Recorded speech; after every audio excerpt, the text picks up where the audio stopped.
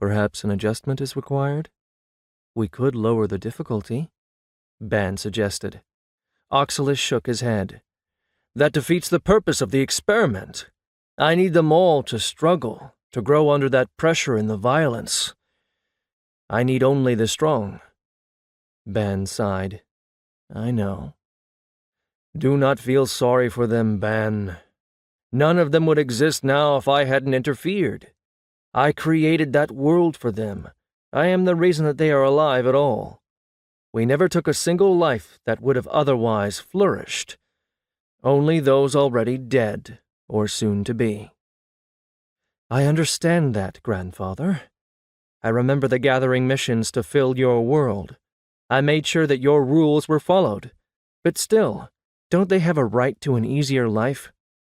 Oxalis snorted. No, they have the right to a chance of one. And if they are not strong enough to reach out and take that for themselves, then they do not deserve it. Perhaps, Ban said, but Oxalis knew that his grandson was not convinced. I should go. I need to oversee the transfer of our cargo to the world. The guiding force will be waiting on it. Oxalis grimaced. I hate it when you call her that. It is bad enough that the people in the world address her as such. It all goes to her head. Ban chuckled as he walked away. It is a suitable name nonetheless. Oxalis watched him leave the room, and then turned back to look through the view screen. There were so many things on his mind lately, so many responsibilities. He did not have time to waste, however, ironic though it may be for a being that literally had all the time in existence. He could not afford to be distracted, and yet he could not help but allow one such distraction to pull his attention from the truly important matters. Before he could change his mind, Oxalis cast his mind out of his body and deep into the heart of the station.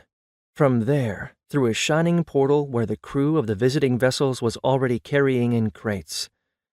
Once he was through the portal to another universe, he looked for a certain person.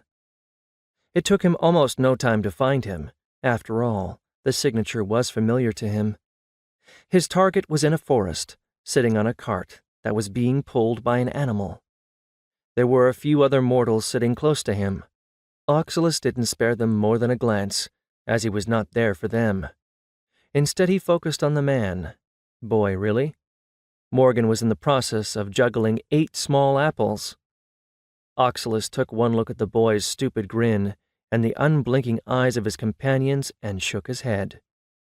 Idiot.